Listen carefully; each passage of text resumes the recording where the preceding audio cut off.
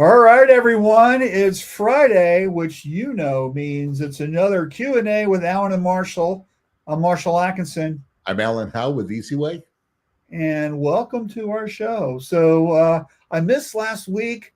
I was at Vegas and I had a conflict, and Alan figured it out without me. So. You know what? We went to our go-to, Richard Greaves, and it was actually a good show. We brought in Anthony Sharples, who you'll meet at Indy, Marshall. And the feedback I got from some I've met him before. I'll meet him. Oh, that's right. You've met him before with me. Yeah, years ago. So yeah. It actually went good. We had some great questions, and it went very well.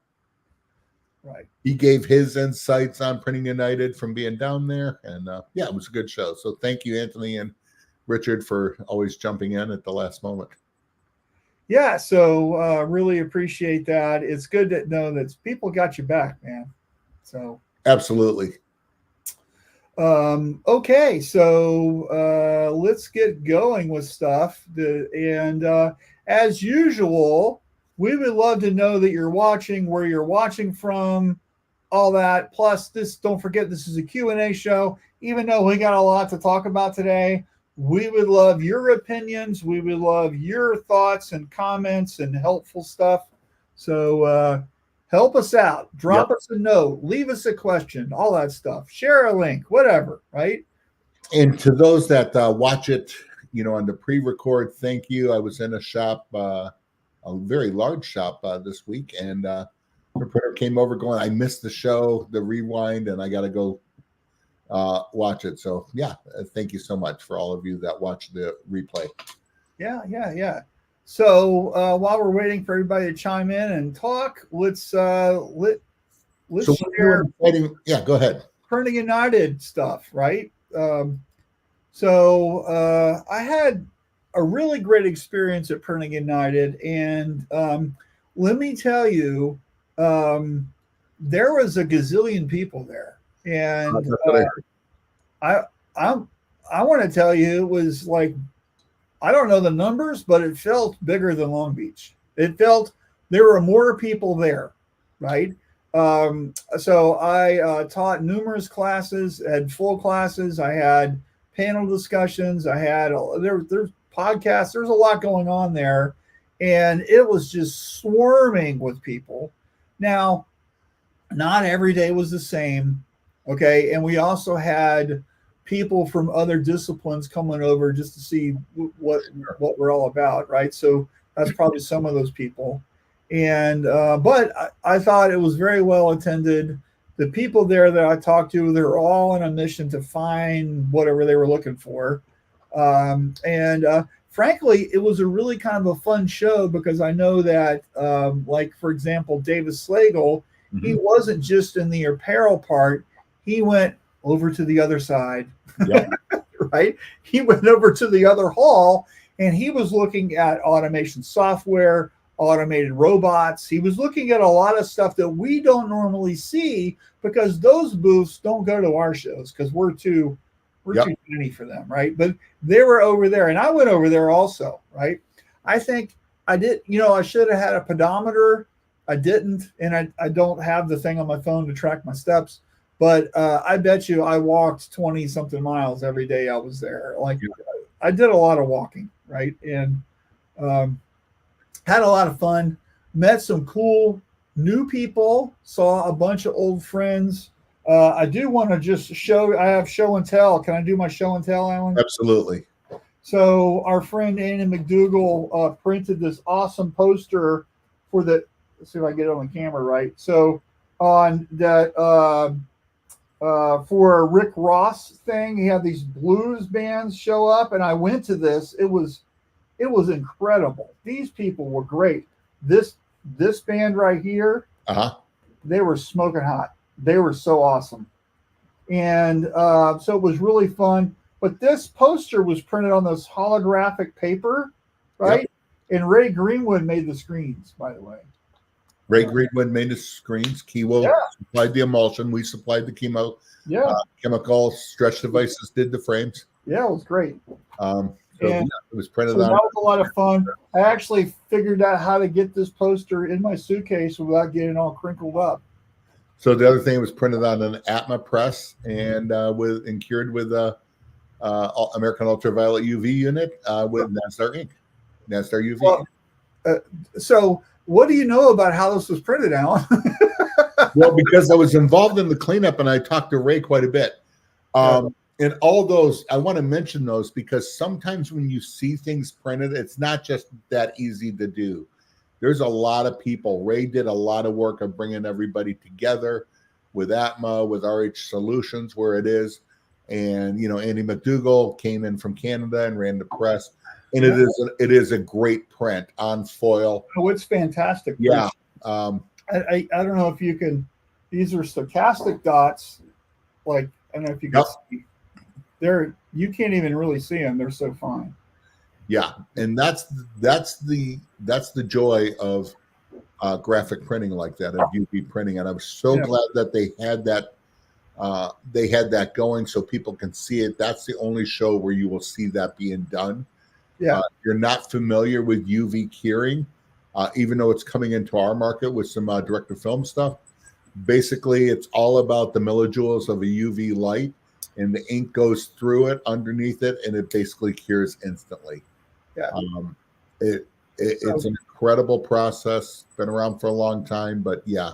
So great job, Andy McDougall, Ray Greenwood, our institutions. Right. And Andy was so happy to get that Parmesan Award. Yeah, I got a nice response from him, and not a better guy. So Andy, if you guys don't know Andy McDougall, look him up out of Canada. He's really funny, by the way. So. He is. He's hilarious. But you know what? It's a guy that, you know, up there in Canada, we forget because they're up there in Canada, running through the same stuff we are. He is educating people, pushing our industry mainstream because it gets forgotten. Like our government is like not recognizing, you know, what didn't they drop printers from the business code thing? 100%. Yeah. It's crazy. Yep. And that's happened here and I don't know, has been dropped. It's just been buried so deep where it becomes the government, it's made irrelevant. And Andy is really pushing that and doing it. And so what a great guy. But also might be one of the funniest guys out there too. Yeah. So anyway, so it was a really great show. I was on 3 panel discussions. I did one on inclusivity with the guys I wrote the book with. That was very well received. Printing United I have to give them some kudos. They did a great job.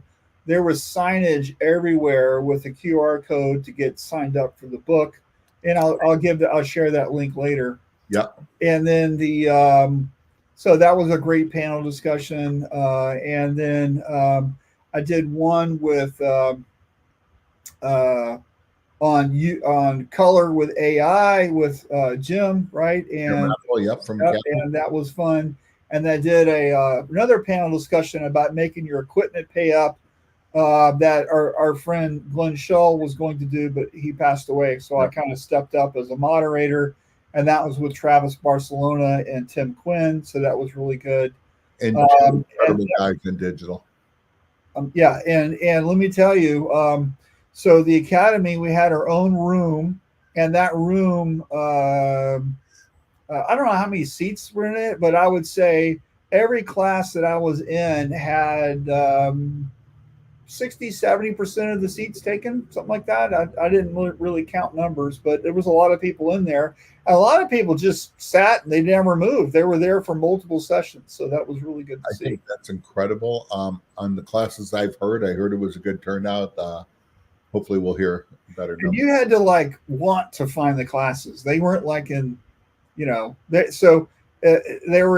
there were classroom halls where just classroom after another, but they weren't right there where the hall was. You had to make a little hike, right? Right. And but once you found them, you were in, right? And so that was good. And what was the other thing? Oh yeah, I was on a podcast, right? So I don't know what it is with shows where they have the education halls like 7 miles away from the exhibit halls. you mean like Fort Worth? Like I'm just going to say, you're going to be in Fort Worth where it's I exhibit am hall. going to be in Fort Worth. I'll be teaching at that show. And I've spoke there a zillion times, and the classrooms are literally a mile and a half away. It seems like it's brutal. Right. Yeah. And so anyway, so overall, I thought it was a good show. I saw a lot of new stuff. I saw a lot of the old stuff too, but I think the fun part was meeting new people and reconnecting with old friends, Right. just like every other trade show, right? Yep. Plus, Vegas, right? So I had the Vegas experience, going out and paying too much money for the same thing you could get everywhere else, right? Yeah. And got invited to a party that was on top of a casino, a million miles up, out on the roof deck top. The wind was blowing like 40 miles an hour. It was really awesome. So that was kind of fun. But anyway, so all in all, I think it was a great show. I think it was way better than the Atlanta one. Yes. And next year is October in Orlando, right? And so I'll be going to that one. I'll probably be going. I will get my hotel now because I know I'm going to be there. And but I think it's a good experience. And if you're used to going to ISS or maybe Graphics Pro shows, I think going to a Printing United show is worth it. I think they're doing a really good job of it. And but bring some bottled water with you, wear comfortable shoes. It's just an immense thing, right? It's just gigantic. So I think, we have seen the report from Easy Way, and of course I wasn't there. And I got early reports last week we talked about, but the final ones are Easy Way went into it a little skeptical.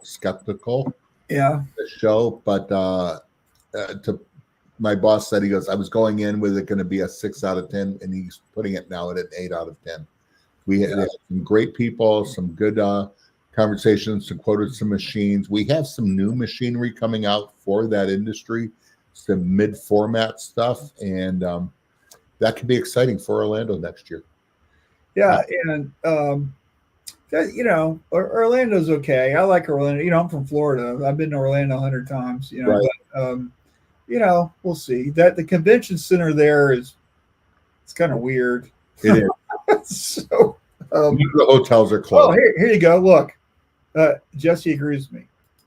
Orlando, my least favorite venue. That's the ventilation, true. And he said, the classrooms are probably 5 miles from the show floor, but only 2 miles from Hall C. That was in Vegas, yeah. Yeah. It was good hanging out with Ray, by the way. So we got lost together. It was fun. But all in all, I thought it was a really great show. I think next year, I think I needed to walk the floor more. I had basically 2.5 hours. That was it, right? Because I had so many things going on, and but that's okay. I got a lot done, right? So yeah, it was good. So. Anyway, so thanks everybody. That if I saw you there, that was great. Let's say hello to some people because we haven't done that yet. A bunch of them, yeah. So Kisa's here. Hey, Kisa. Yeah. And Richard's of course here. And Richard, again, thank you so much for last minute always. Yeah. And Dan's here, and Heather's here. Good seeing you, Heather. And we say Cindy's here. Ruben's here. Good seeing you, Ruben. And Ruben, I want to tell you thank you for the message yesterday. I know you tried to call me on Instant Messenger and I couldn't, but thank you very much.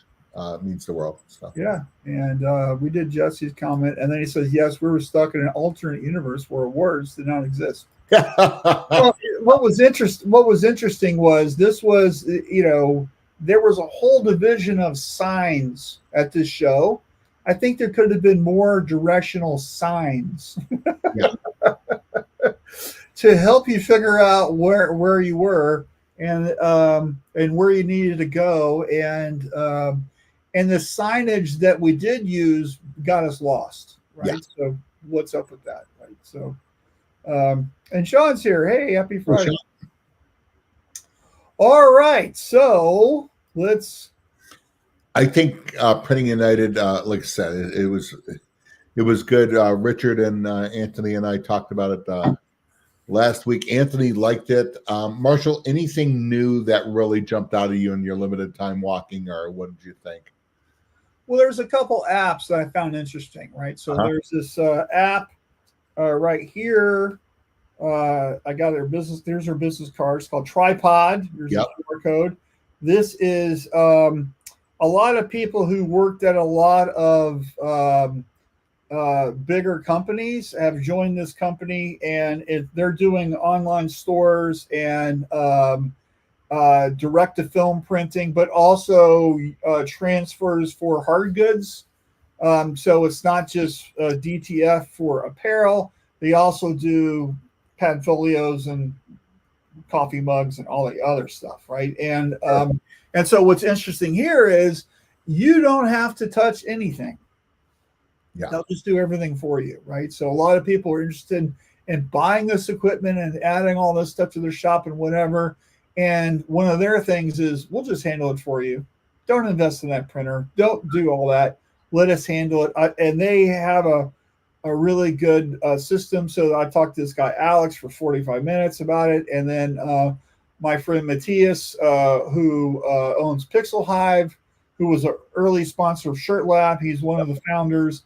So real interesting guy, lives in Argentina. He loves cooking outside. So we always have these barbecue discussions, you know. Yep. And so it's a very interesting company. It brand new. I think they're probably going to sponsor Shirt Lab. So a lot of the discussion was about that. So Marshall, that brings me to a question. I've had a couple people ask me, and I just don't run in that circle as much. And so if maybe some of our listeners can tell us who is everybody using for online stores now? Chipley.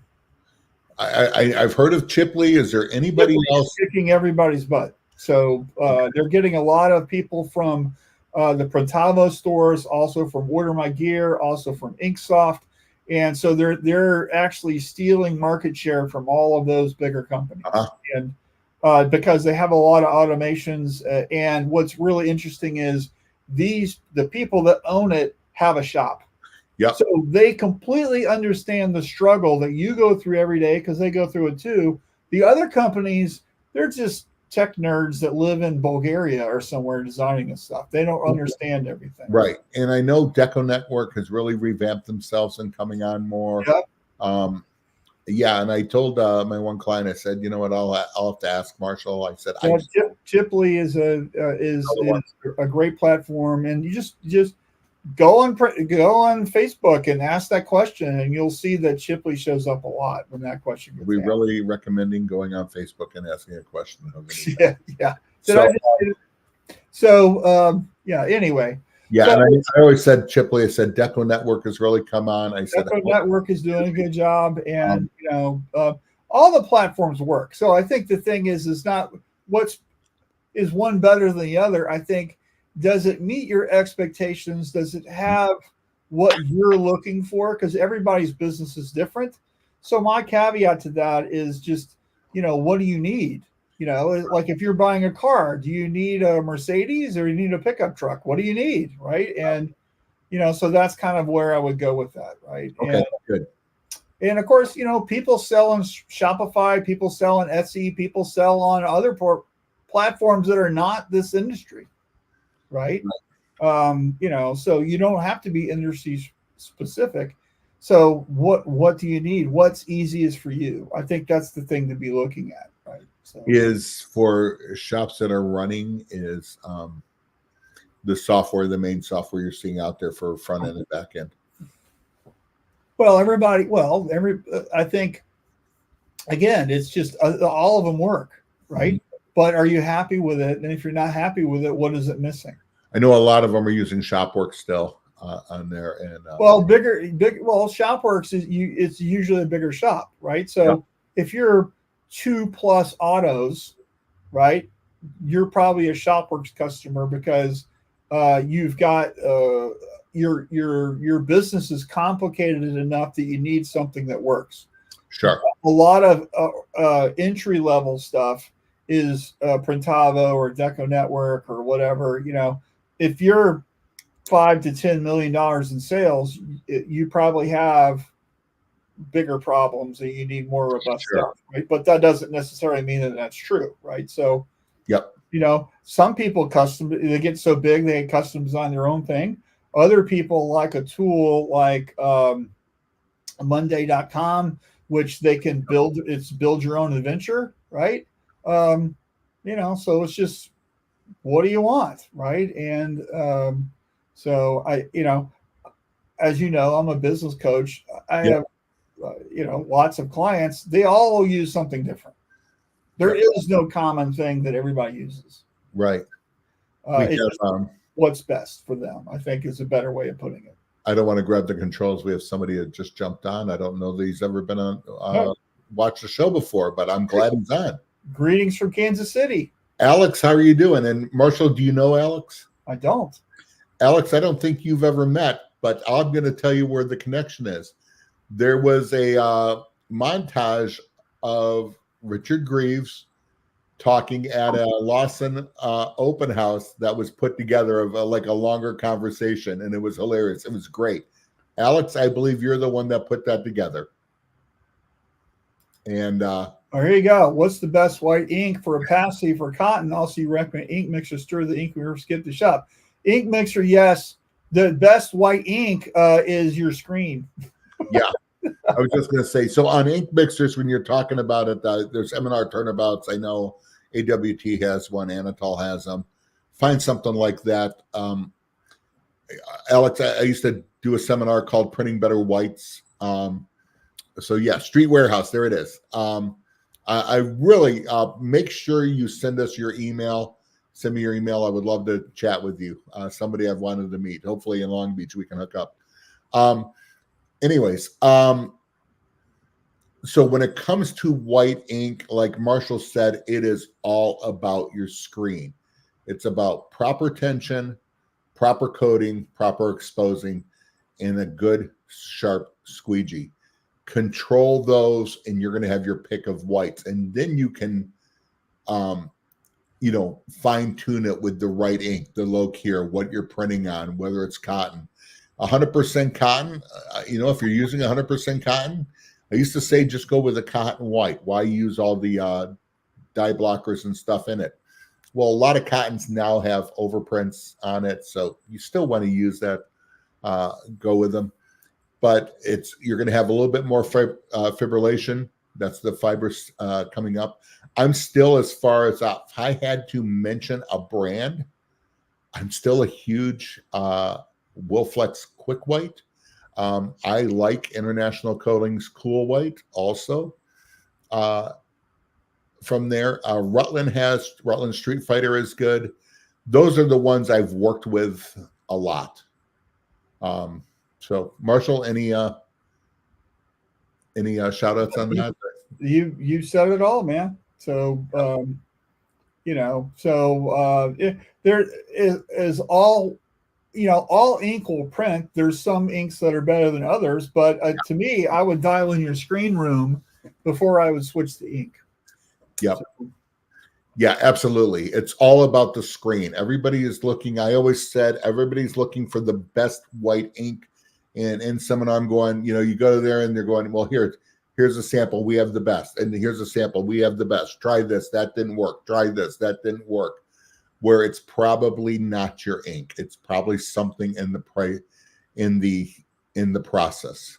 Right. And everybody has their favorite whites, but if your process is bad, if you're not controlling your tension, I don't care if you're using roller frames or statics or whatever, and you're not coating correctly, you're going to have some issues. And your squeegees have not been replaced or sharpened, and you're not understanding angles, you're going to have some issues. The other thing is, remember, Plastisol ink is to be sheared, not pushed. Yeah. And yeah.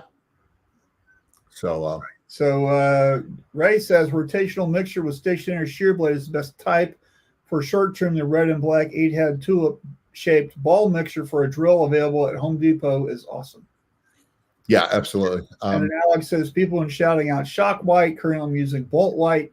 Well, I don't know who makes shock white, and bolt white is a Wilflex one. Bright Tiger's way to go. I go to a lot of shops. Bright Tiger is everywhere. Yeah, exactly. There's all of these are everywhere. But I'll tell you what, here's how you make those fail. Bad tension, bad coating, bad squeegee. And every one of those things will fail. Right. Yep. Instead of what's the best one, how do we make these fail? Everybody has their opinion. I can make them fail. Here's a crappy screen coated bad with bad squeegees and bad pressure. There we go. Right. It'll fail. Yeah. So, all right, cool. Alex, call me if this is an issue. I'd love to talk more into it. That's like my wheelhouse right there. I kind of love that. So, all right. So let's get our first topic going.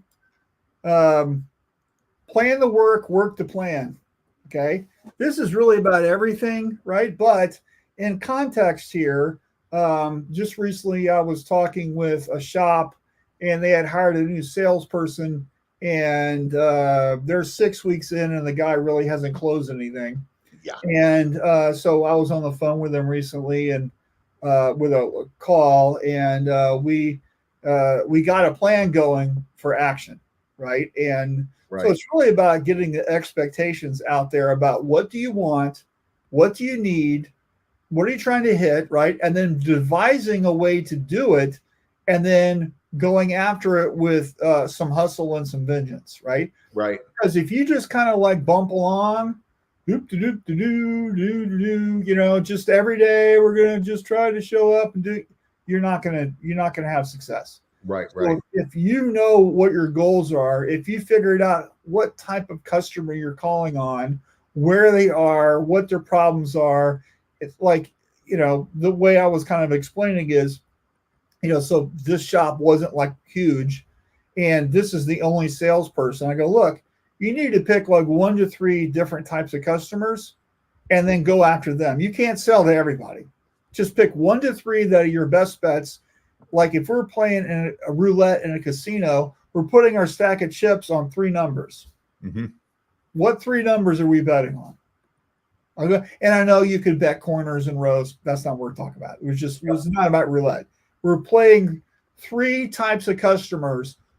Let's go deep into those and learn everything we can about them and figure it out. And if they don't work out, we can pick somebody else. But let's just have a direction first. Have a bullseye going after people that at 1, you can close easy, 2, that's going to be profitable, right? That's what you do. You plan on that, research that, and then go after it, right? And this could be the same thing for you learning how to do water-based ink, or learning how to do high density, or you learning how to do anything, right? Change up your receiving department, right?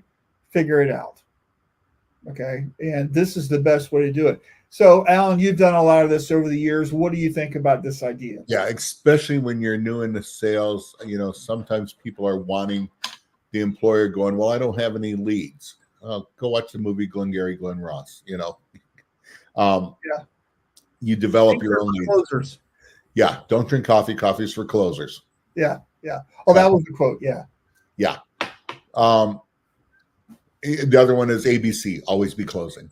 Right. So if you don't have a plan and work that plan, you're going to be shotgunning it all over the place. Now, there is a place for that. Everywhere you go is a potential customer. But you better be focused on what your niche is, what you're doing, or you're going to be just moving scatterbrained all over, and you're not going to be focused on anything. You're not going to do a good job. If you're going, I want to focus on car dealerships, great. I always tell people, take a old school compass, draw. If it was like something like that, I would probably go 100 miles or 50 miles a circle from where you're at, and I would be looking up every car dealership there is. I'd be sending them an email. I'd be calling. I would be cold calling. I would be doing it all. And you have to start knocking on the doors, building relationships, and finding out what is going on. If it's hospitals, same thing. Who is your contact? What do you have to offer? How do you stand out? So if you're waiting for something to happen, you're gonna fail. Yeah, right. Because nothing, when you wait, nothing happens. Yeah. You got to make a plan. I don't care if it's a bigger plan, a bigger road, and you start narrowing it down, but make a plan and then work the plan. Mm-hmm. What did they say, Marshall? And this is almost like the quote from the movie Apollo 13. When there's a problem, they're in there and everybody's going, it's an instrumental problems. It's an electrical problem. It's this, it's that. And the leader stands up. He goes, people, calm. Let's not make it worse by guessing. Let's work the problem. Yep. You can make it worse by guessing. Make a plan, work the plan. Yeah. All right. We hit a button with Ray. Ray has so many buttons, though. No. All right. So don't get me started. Every segment of your process works this way as well. Of course. 100%. Yeah. So do you remember a couple of years ago, Alan? I think it was the Graphics Pro Fort Worth show. We went to dinner and we were talking with this guy. It was his first sales job ever. Yes. And we were like talking and we started asking this guy questions and he was like, I don't know. He was not with a good group of people to say, I don't know either. Because if I remember right, that was me, you, Lon Winters, Nick Wood, Lucas Nielsen, all from Bobby Harris.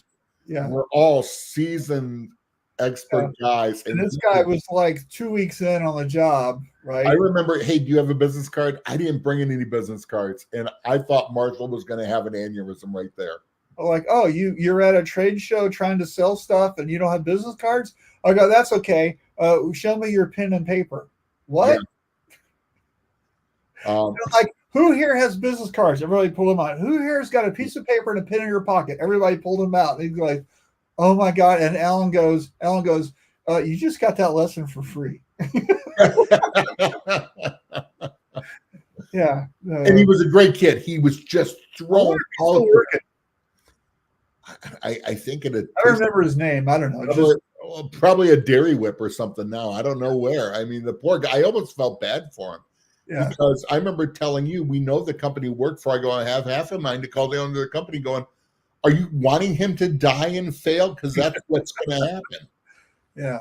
So it was ridiculous. Yeah. So this also is in the plan, right? So you could also argue that your company has to set you up for success by getting you prepared, like training and supplies and tools and support and backup and, what are you willing to do, right? And you have to, and from someone, I've worked for good companies, bad companies, big ones, small ones, and you're not always going to have everything. I remember early on, I was listening to a sales trainer, which in the 80s, 90s, these were all just bad ex-salespeople.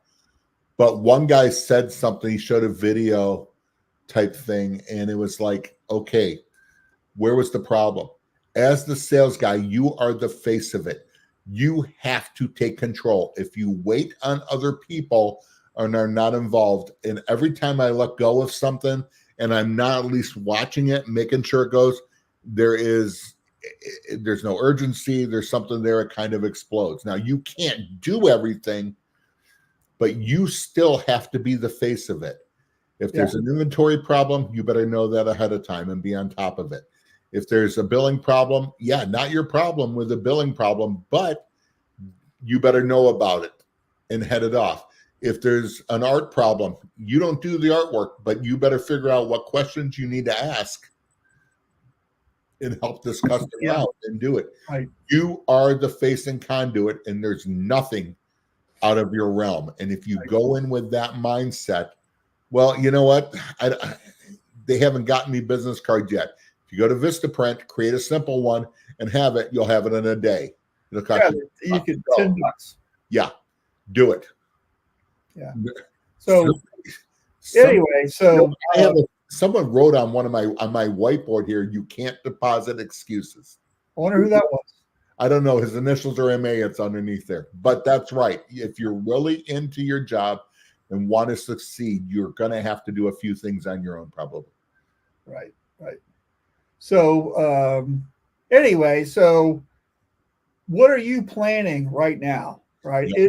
I think here's an interesting question right now. What is in your planning queue that you're working on right this second? Right. That would be, it's an interesting discussion. Right. So are we planning October? Are we planning holiday? Are we working on next year's stuff? Are we like, I tell you right now, Allie and I met Thursday for a good chunk of the day in Vegas, and we've planned all of next year for Shirt Lab. Right. Yep. And now we're in the prioritizing, executing, and researching. That's where we are now. We've got the year planned. Now we've got to figure out how to freaking do it. So, but we kind of know what we want to do, right? So that's the thing, right? Is you got to start. That's the hardest part, is starting. Yep. And then you're going to run into obstacles and questions and all that, right? And then you just keep going, right? And then eventually the thing's done. Yeah. I'm a huge fan of spreadsheets. And what I like to do is make a spreadsheet like we're doing our Shirt Lab Summit thing, which is our video virtual event we do. Alan, you need to reserve your call. Yeah, I haven't done that. Just going, whoops. And so I'm building the event guide right now, and it's going to be almost 100 pages. And I've got a spreadsheet of the whole thing written out.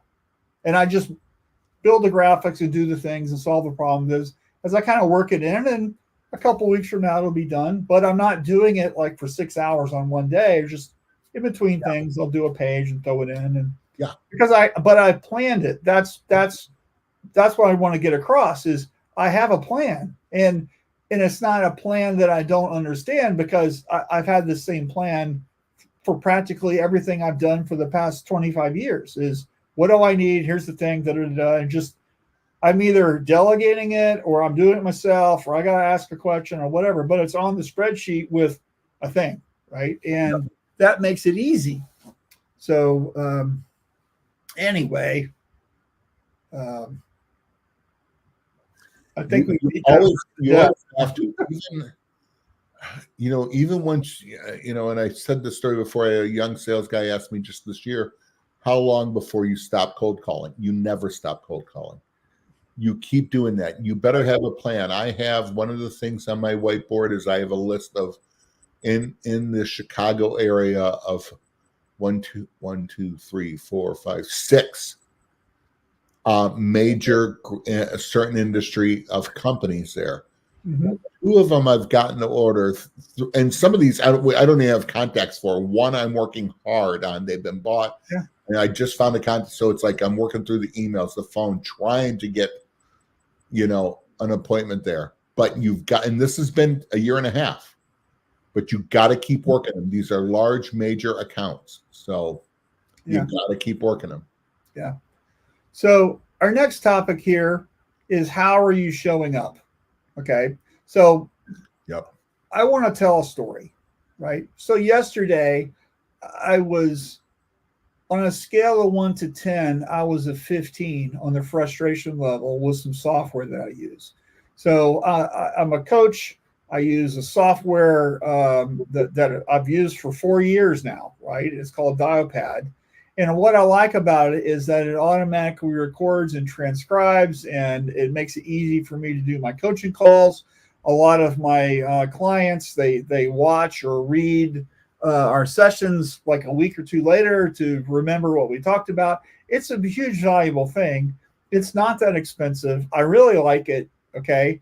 So yesterday, the thing just quit working. Mm-hmm. I mean, it's just like I did 2 calls yesterday, and the third call, the thing didn't work. Right.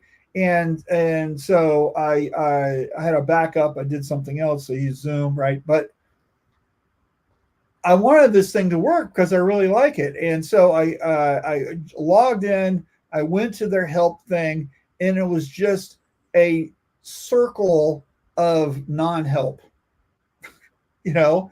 And so I said, "Hey, I'm having this issue." It's like, "Okay, what's your email address?" And they said, "Well, you don't have an account."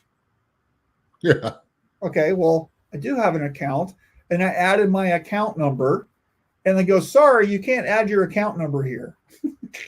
So it's like it just didn't work, right? So how are you showing up for your customers is the reason why I wanted to throw this out today, is because sooner or later, one of your customers is going to be like me.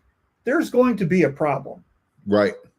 right? They're going to be frustrated or confused or dissatisfied, or there's going to be something there that just doesn't sit right. And they're going to call it, and you want them to call because that means they still like you, right? You want them to call, you want them to try to solve the problem before they just do what I did, which is to cancel my plan and get a refund. Okay. So, how are you showing up when that happens? Yep. Are you there for them? Is it a really good positive experience, or is it a bunch of friction? Does it drive them insane? Is it like going to the DMV? Right? What is it like to deal with you when things aren't going the right way? Right? Do you have empathy? Are you understandable? Do you have solutions? How are you showing up when things aren't perfect? Yeah. Okay. And we've all been there. We've all had pissed off clients. We've all had people who weren't happy with something that happened, even if we did our job. You know, I've printed shirts before where the phone number was wrong, but it was the number they gave us. Yeah. Right? We did everything right. So what are you doing to help them? Are you well, it's the number you gave us? Or are you trying to help them with their problem? Right? What are you doing? You know, I had a job I did for this promo company once, and it was for it wasn't a trade show, but it was like a conference thing, right? And it was somewhere, and it was we used their FedEx account, blind third party, you know, the whole thing, and the plane that the shirts were on crashed, the FedEx plane. Wow. And so, did we quibble about it? No, we ordered the shirts and reprinted them and got them there, even though it was Saturday delivery, right? And what I said to them was, we'll just work out the money later, okay? Yeah. Because I know they needed these shirts. It was really important to them, okay? They went ballistic in happiness. They couldn't believe it. They didn't even have to ask. We just did it for them. Yep. Okay, so tell me, you know, that's how you show up, right? Yeah, 100%. So, you know, what? So, do you have experiences with that, Alan? Like you're I have for people, then they'll never leave you ever, no matter what, because of that. I have a couple comments, and then I also have an experience that actually just happened too. Yeah. While you were at Vegas, and I've talked about it a little bit. You know, Marshall, you and I were talking about an experience. We've had it. I just had it with, you know, everybody's favorite, your internet company, who are the worst people in the world to deal with. Doesn't matter who it is. They're horrible. A few weeks ago, I told Marshall, you know, I was having some internet problems. It was intermittent where it would just go out for 15 minutes and 15 to 30 minutes and come back on. Okay. It would, but then I started realizing, and now I'm gone a lot, so I don't know how often it's happening. So is it happening all the time? And I've realized when I'm home, it happens at 1 o'clock, and then at night, somewhere between 8:30 and 10:30, it'll always happen. Guy comes out, changes out a box, some stuff like that. Okay, no problem. Still did it. I have to go through the system again. I finally get a number to get a real person. Technician comes Monday. I have to leave Monday afternoon to go out of town. And I'm telling him the documentation I have. This guy's been out before. He helped install it. So, and he had the right mode. He said, Alan, you've had this over a year. I helped install. I go, I remember. His name's Cavalli. And he said, until this happened, I said, everything's been perfect. And Marshall, you made the statement, everything's been fine until it's not. And nobody remembers before until it's not. Yeah. People only remember the last shittiest interaction with you. Cavalli, they remember like the software. 4 years of me using this. It doesn't matter if I can't use it the next hour. So here's the thing. Cavalli figures this out. He calls, there's a number, he waits online like I do, but these guys are like deep techs. And they said, we can see, you're absolutely right. It's gone out every day at almost like religiously at 1 o'clock. Last week during the show, as I'm saying goodbye, it went out at 1, a little after 1. And then they're seeing that. They don't know why. They start talking, conversing, and he changes out checks some stuff here, checks some stuff out at the main box, changes it out. I have to leave. I don't know if it works. And I tell him this. I said, I'm not going to be home till Wednesday night, Thursday-ish, around there. You know, more likely it's Thursday I come home. And he says, no problem, Alan. Here's my cell phone number. And I have it for 2 texts. I will check, and he can remotely go in and check and see. 2 days later, I get a text from him and screenshots of my house and stuff of how the service has been all day. No outages at all for 2 days. They went the extra mile. Mm-hmm. Good. And that's showing up. So Ray says circular non-help syndrome. I know people like this. Yep. And he also says, so my takeaway is your shirts brought down an aircraft. Yeah, they were an anti-aircraft missile. Well, it was the beginning. You saw it on the movie Castaway. Yeah. Tom Hanks was wearing it. Anyway, so here's the experience, bring it into our industry. I have a shop, a graphic shop. They had, now I'm not the smartest person. Their screens range anywhere from 60 by 60 to 6 foot by 130. Large screens. They had a auto reclaim system where you put it in, a screen comes down, chemical and all that. It's hard to explain, but it's huge. It's about 25 years old. I finally, after a couple of years, get a trial there. I have chemicals sent in, which is a bunch. A pump dies on the machine the day of the trial. No problem. It's a German machine. They got to work through the dealer who they bought it from. The machine's not made anymore. Yada, yada, yada. Blah, blah, blah. They can't find a pump. Nobody can. Yada, yada, yada. It's not doing it. They're doing screens by hand when they can. They're so busy. They are ripping mesh out. You know, that's a lot of expensive mesh. I finally get an idea. I call my boss. I have an epiphany going, what if we have our techs come? What if we come look at this pump, look at their back end, and what if we have to redo some stuff? The savings in mesh alone would be worth this. Their chemical usage would be about this. A couple weeks later, my boss and I meet down there. He gets everything.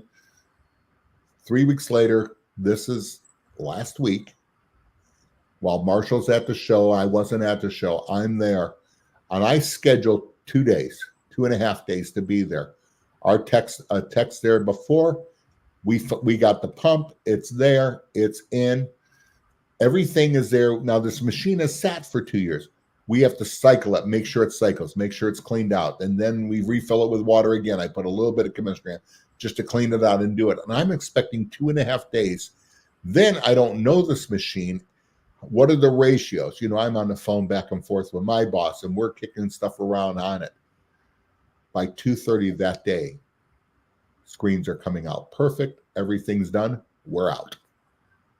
That's great. You know what? The first screen, and the way it is, it's literally a curtain that comes down. there's always something. We put this first big screen in and you're not sure how it is. And you're waiting. And it takes about 20 minutes for a screen to be done, to cycle in this. That screen's coming up and it's like, okay, is this going to be a disaster or is this not there? It comes up borderline perfect.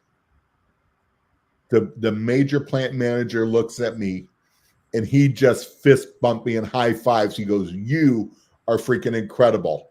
I'm going, it wasn't just me, it was a bunch. But we took a problem there.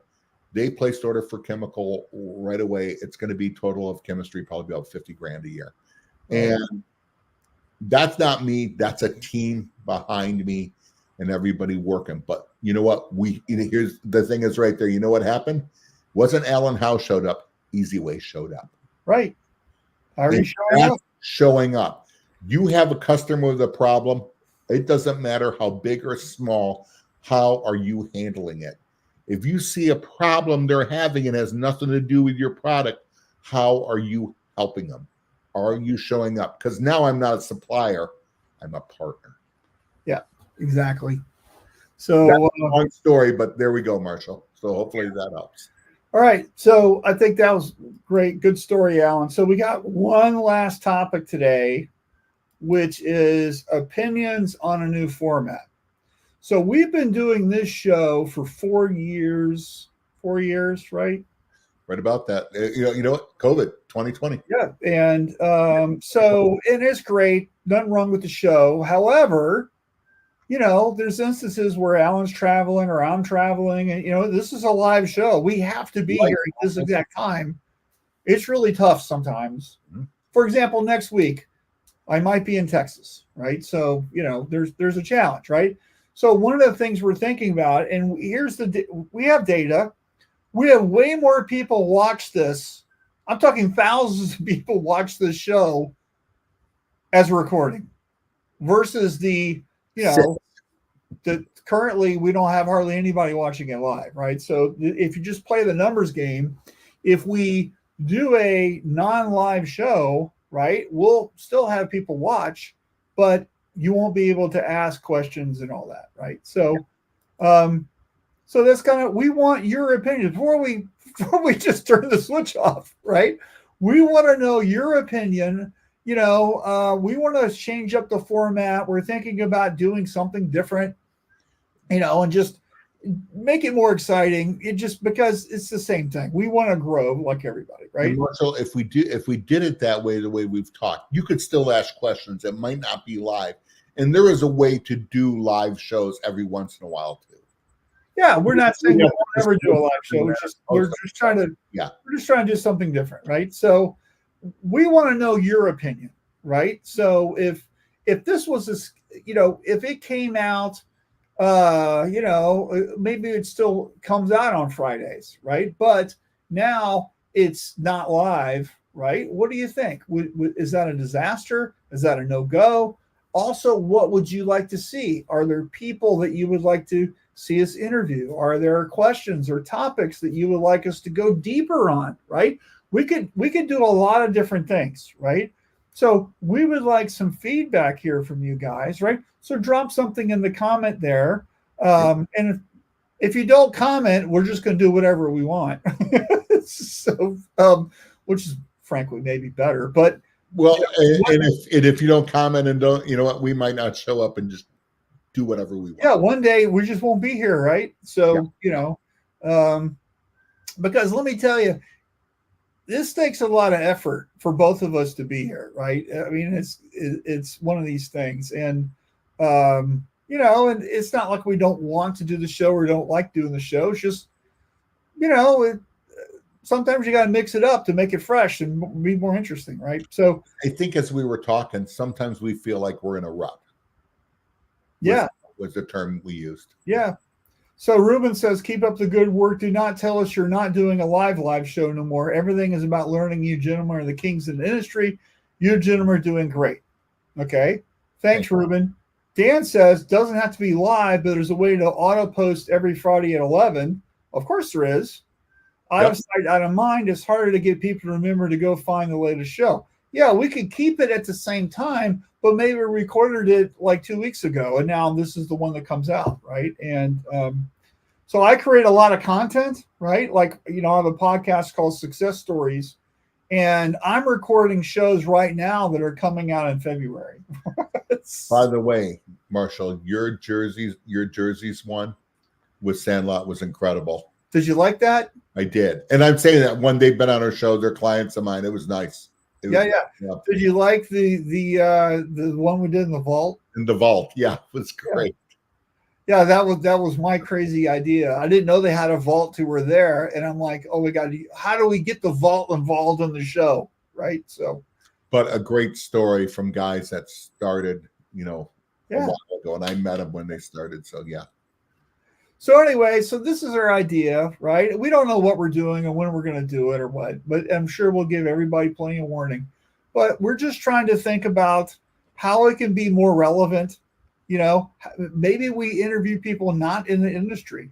Maybe we do more interesting topics. Maybe we have different ways of doing stuff. I don't know, right? Look at this, Mitchell. All right. So I'm hearing lots of YouTube shows changing things up. I know it was getting harder to tune in as when COVID, we had more time. I like the live, but understand. Okay. Thank you, Cindy. And like I said, Marshall is, we both have businesses. Marshall has his own. So, he's coaching, he's traveling. I travel all the time. And luckily, I work for a company. I have bosses who may or may not be listening at times and have been on here. Yeah. They let me do this. They know I do it, but believe me, it is. And it's not just, I just come on and we do this. There is, some stuff. I have a sales meeting an hour before this that I usually have to leave early. This time we got done early. And okay, some companies wouldn't put up with that. Right. But there are things, sometimes, when one of us isn't here, it's just like, we can't be there. Well, why? Because real work gets in it. So, yeah. So Dan says it'd be interesting to hear from major screen print customers to get their take on what pitfalls they run into. Good. I think Cindy says, I have a customer now. Thank you for a great Friday. You're welcome, Cindy. See, just like that. Marshall has emails coming up. I'll have phone calls that on there. It happens. And doesn't mean we don't like it. I guess we're asking, what can we do better? We have some ideas. Yeah. Well, if you don't want to publicly comment, you can send us an email, right? Yeah, text us. Before we run out of time, I do want to share a couple things. First off, I'm going to be, get rid of that. I'm going to be in Indy for the Graphics Pro Expo, and I'm teaching 2 classes. Friday, the 4th at 1:30, I'm teaching a class with Lon about AI. And then Saturday morning at 8 in the morning, I don't know how many people are going to come to that one, but 8 in the morning on a Saturday, I'm teaching the 5 key challenges, which is really about your common problems and how you can fix them, right? So we'd love to see you guys there. And that's October 4th and 5th in Indianapolis. And would love to see you. I know Alan's going to be there because we were just making plans. I'm going to be there also. So I know, Marshall, one of the best things, and it's always funny when I'm at an event that Marshall's not at, or Marshall's in an event, you said you had a bunch of people come up to you and some not from the show be talking to you and go, so where's Alan at? You know, that does make me feel good. You know, if you don't realize that, Marshall lives in Arizona. I live in Michigan. So we see each other only at shows usually, or events. I've been to events and they're going, well, where's Marshall? And I'm usually a little bit more sarcastic, or even when we're at the same event. So where's Marshall at? Well, contrary to popular belief, Marshall does not share his calendar with me. So it does not report in. But we will be there. You want to get together. You want to have coffee, dinner, breakfast. Yeah. Let's do it. We're all about it. We're all about it. I love it. Where Easy Way doesn't have a booth, I have some dealers I'm going to be working with, but walking the floor, it's not a huge show, but it's a lot of times it's a very good show. Yeah. But that means I have a little bit more freedom. So, yeah. And also, when you go to a large show like Printing United or Long Beach, it's just a mob, right? Yeah. When you go to a smaller venue show, more of a regional show, there's more time for a relaxed conversation, I think. Right? There is. And I know our buddy Greg Kitson just jumped on. Richard knows that when you're at a big show and you have a little bit more of a profile in the industry, it's very hard to just walk down an aisle when you have an appointment to go to, because people are wanting to say hi and you love it. It's great. But bigger shows like that, it is a little bit of a mob. Yeah, right. And I almost feel on those, Marshall, I almost feel like I don't mean to be, but at times I start thinking, going, was I just rude to that person instead of just busy trying to, Yeah. You don't want to be that. So, well, yeah. Great shows at Graphic Expo. I'm really looking forward to it. Right. And then the other thing I want to share is the inclusivity book. Yep. Right. So it's INKCLUSIVITY.com. So this is a book that's coming out in October. It's being currently edited by our friend Deborah Sexton. And so this is a guide for you to understand. It's a how-to guide of how to get disabled folks into your print shop as workers and succeed, right? And I've co-written this book with 4 other guys, and this is real. And these people, this is what they do, right? So Jed Seifert and Vince Partozzi with Stakes Manufacturing, and Patrick Bardsley and Tim Howe with Spectrum Designs in New York. I interviewed them and I wrote the book based on what they said. And you can get a free copy just by filling out your name and email, right? And then here's the book release discussion that we had at the show. And this is going to be a really great book. And I know because I've been working on it for a year. So, but I think this is made to make an impact on the industry. And let me tell you, so many shops are having trouble right now finding employees, finding people that will show up. And here's your answer. Okay. And if you think that these people can't do the job because they have some sort of mental or physical challenge, I'm going to tell you that you could be wrong. Okay. And there are agencies in your area that can help you get this set up. This book is all about how to do it. It's free, which is probably a price point that everybody can use, right? Just go to inclusivity.com, throw in your information. There you go, Ruben. How to get a free copy? Go to inclusivity.com, put your name and email in, and then this is going to come out in October. October is National Disability Employment Awareness Month, so we're launching it in October in conjunction with that. And so probably it's not going to be October 1st. My guess is probably more like the middle of the month. Eventually, we'll be selling this on Amazon, but right now we're going to be distributing the online copy, the digital copy for free. So you just get emailed it when we have it launched, right? So get signed up. I'm really proud of this book. I think it's just fantastic. We've had numerous people read it and proof it and everything, and we kept the reason we got delayed is we kept adding more information, believe it or not.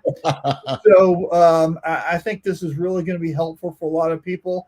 It's got a lot of links. It's got a lot of resources. It's got a lot of information about how to do it properly. And so anyway, so that's where you can find it, inclusivity.com. And it's spelled with a CL. It's not just inclusivity, it's inclusivity, right?